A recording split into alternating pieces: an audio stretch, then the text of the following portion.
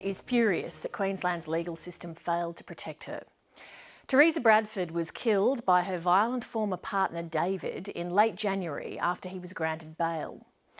The Gold Coast mother of four did everything she was meant to do after experiencing domestic violence by going to the police and a specialist court for help. Tonight, Teresa's family is speaking exclusively with 7:30 in the hope it'll lead to better protection of other vulnerable women and force some change in Queensland. Michael Atkin reports, and a warning, this story contains distressing content. Darren and Narelle O'Brien are doing their best to keep life normal for their 7 children. 2 months ago, their world changed forever after Darren's sister Teresa was murdered by her estranged husband. I'm angry. Angry that the system has let her down. Teresa Bradford was seeking a fresh start when she moved her family from Sydney to the Gold Coast. When Teresa contacted me 2 years ago, because she wanted to come back into our lives, I thought it was awesome. Teresa's husband David was recovering from a stroke and was unable to work. With 4 young children, she needed help. I was just amazed at the amount of love that she had for them kids. And they're amazing, like all 4 of them are amazing kids. I'm just so proud. I just wish I could be half the father that she was a mother. You'd ask her how she was and she'd just be so happy, like, yeah, I'm fine, I'm all good, but really she was crumbling inside. Teresa's marriage was in deep trouble. When she could, she escaped into the world of online karaoke. But she couldn't escape the harsh reality of her failing marriage and its impact on their eldest son. And then in August she just said, that's enough. Brock was getting quite depressed, where he ended up in hospital a few times. And that's when she said, enough's enough, like, this can't happen. But worse was to come. What happened in November? In November is when David tried to take her life.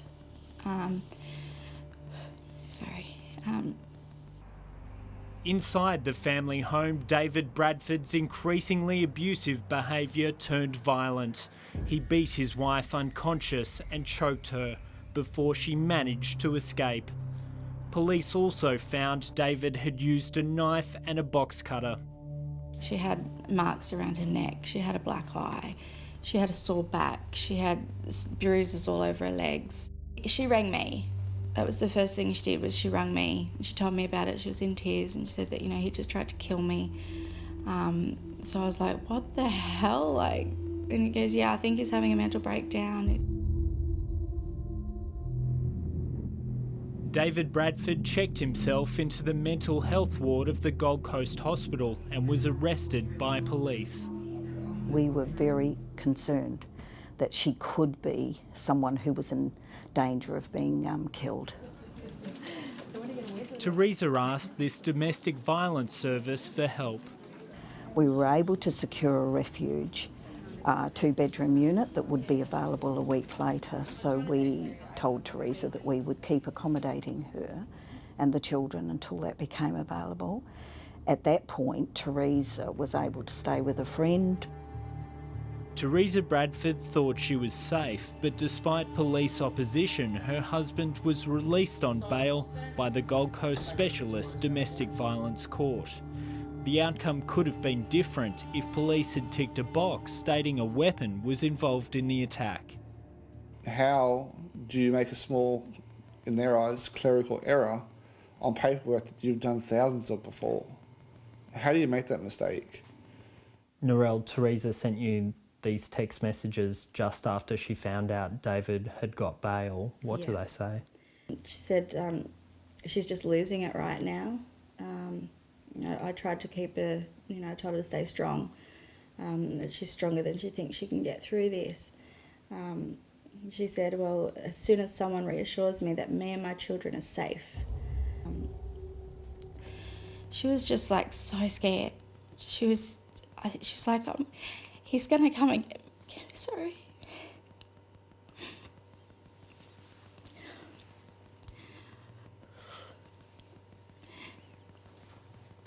She's like, I don't know what to do. No one's helping me. I feel all alone. She goes, the domestic violence people, they were there to help me at the start, but it all fizzled off. Like, she goes, nobody now is helping me. I'm trying to find a rental and I can't get one because I'm a single mum. We followed up with Teresa, and that was 3 days before she died. So we offered to put her and the children in a refuge, get them out immediately. What did Teresa say to your worker? She said that she was tired of running. Just a fortnight after being released on bail, David Bradford broke into the Pimpama home to commit his final act of violence. He entered into my sister's bedroom and obviously killed her. He was strong enough to move a queen bed and bed frame behind the door to barricade himself in there, and spent the rest of the time in the room with her until one of the kids went to go into the room. Daylight revealed the full horror of what had happened. After murdering his wife, David Bradford killed himself. My instant reaction was just shock and disbelief. Like, this must be a joke.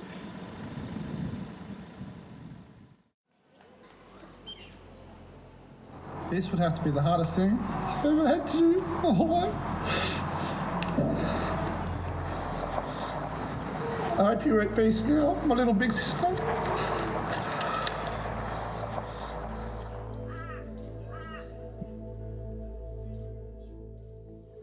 Teresa's death affects so many people. Teresa's murder sparked community outrage that a violent man had been set free.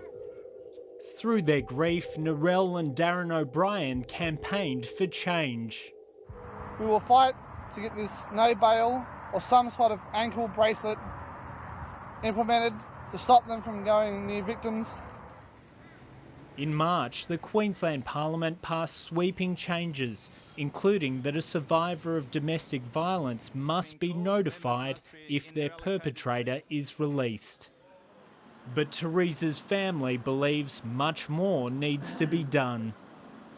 We want Teresa's law, which is that all offenders get mental health checks before they're even considered for bail. No mental assessment was done on him. There should be some sort of way to be able to do a mental assessment, and if they are being told that they're at risk of committing suicide or offending or any sort of mental health issue going on there, then they should automatically be not granted bail. Serious questions remain about how Queensland's legal system failed to keep Teresa Bradford safe. I'm really, really angry. Why didn't he just take his own life? Like, why take her too? To know that she's not going to be there. I'm going to miss her in every way possible. And if you or someone you know is in need of help, please call 1-800-RESPECT. That's 1-800-737